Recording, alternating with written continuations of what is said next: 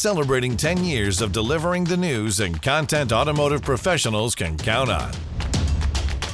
CBT News, 10 years strong. Subscribe today.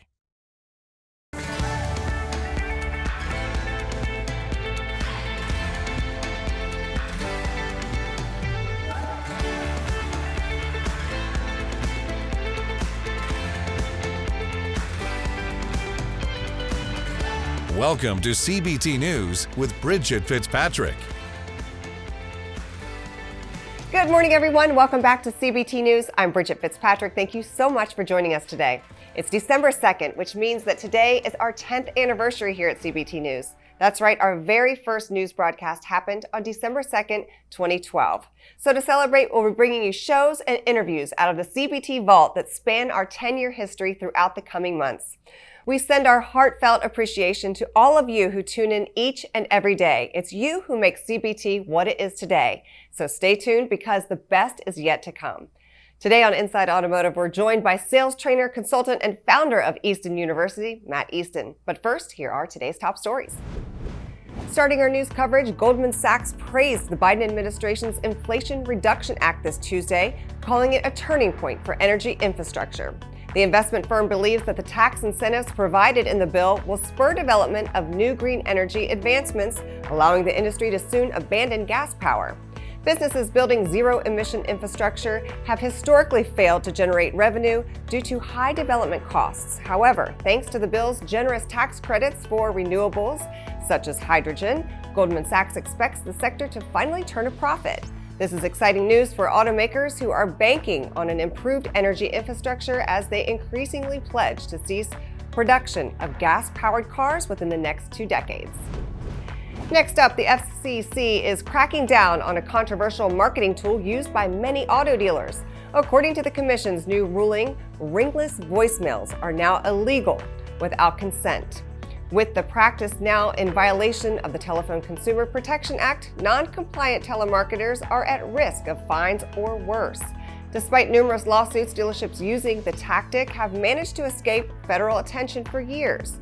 Meanwhile, those defending the practice have said that since the tool skips to voicemail, it does not technically count as a call. Carvana's chance at recovery now has a deadline, according to Bank of America. Analyst Nat Schindler, writing to the bank's clients, warned against buying the company's stock as he expects the online retailer to be bankrupt by 2023 unless it can return to generating revenue.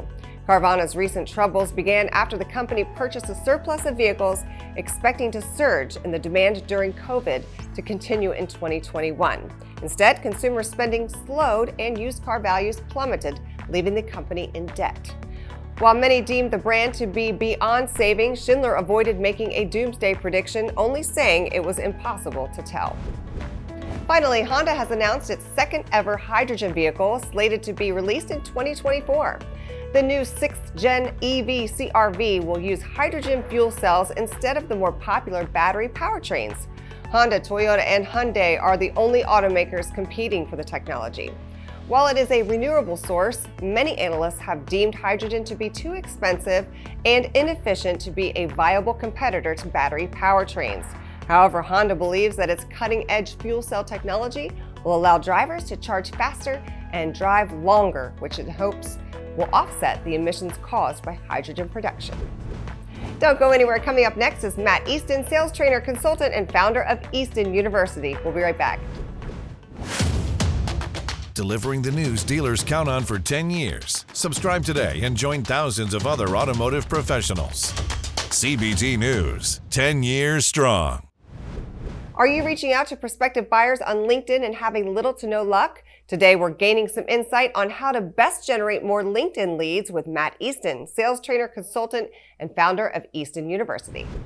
It seems as though the world in sales is made up, is kind of two worlds. Those that use LinkedIn and those that go, no, I'm not really on LinkedIn. I don't use LinkedIn. Personally, I think it's a big mistake. But should every salesperson, regardless of the industry that they're in, be using LinkedIn? Yes, with an asterisk, Jim, because I'd almost even say three worlds. Those that use LinkedIn, those that don't use LinkedIn, and Jim, I'm curious to get your opinion on this. Those that use LinkedIn improperly. I think it might even be there on my phone. I just got 3 messages from somebody. Yeah. Hey, can we grab a coffee? That kind of. Do you get those, Jim? I get them, and then actually, I guess that's what I'm referring to. Is that can turn me off, as it does a lot of people. Where it's like, I don't know you. You're looking for a cup of coffee. You want to share some ideas because we're in the same industry, and it's like, is that your? What do you say about that? Is that a good way to introduce yourself on LinkedIn? How do you go about that? I agree with you 100%, Jim. And people that have watched our other segments together, what's more valuable than money? Time. Your time. Yeah. Right. That's right. So when they hit you with this assumption that you're best friends, and now they want to take a bunch of your time, especially grabbing coffee, right? You're in Atlanta. So now it's just a quick zip down 285 to some Starbucks. Yeah. There's an hour. Miles, both right, each way. Jim's got nothing better to do with his time than to do that. So yeah, let's break it into 3 groups. Those that use LinkedIn, great. Those that don't, terrible. And those that are not skillful with LinkedIn, which they rapidly become the people that don't use it. So that's right. Those would be my 3 groups. But yeah, I agree with you 100% on and we can talk about that during this segment, how they could do that more skillfully. Sure. But yeah, this whole thing of just because we're connected, we're best friends, and you're going to get on the interstate and go meet this stranger. Right. Sounds like a great way to get mugged. That's right. That's right. Online dating gone terribly wrong. Right. Except it's in LinkedIn the corporate. muggings are up 4,000%. That's right. That's right. So from your perspective, what do leads typically look like from LinkedIn, and what do you need to do to play in this arena successfully? Yeah. So here's what leads should typically look like from LinkedIn. It should look like a door being opened. LinkedIn should not be your platform to take Jim from somebody on LinkedIn all the way to a hot, qualified, sold prospect, whatever it is that you're saying. LinkedIn should be the place where you go to crack that door open and start that relationship. And then the conversation should take place elsewhere, not at Starbucks down 285. Right. But you need to use LinkedIn as basically to get people curious enough to want to start a conversation with you. Right. All right, be sure to watch this interview in its entirety right here at cbtnews.com. That wraps up our show for today, but we invite you to join us back here again tomorrow morning for all the latest news and trends impacting the retail automotive industry. And be sure to follow us on TikTok, LinkedIn, Facebook, and Twitter. I'm Bridget Fitzpatrick. Thanks for watching and have a great day.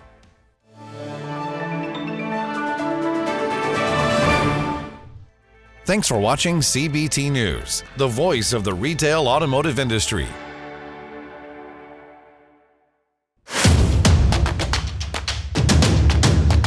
Join the #1 most watched newscast in the automotive industry. CBT News, 10 years strong. Subscribe today.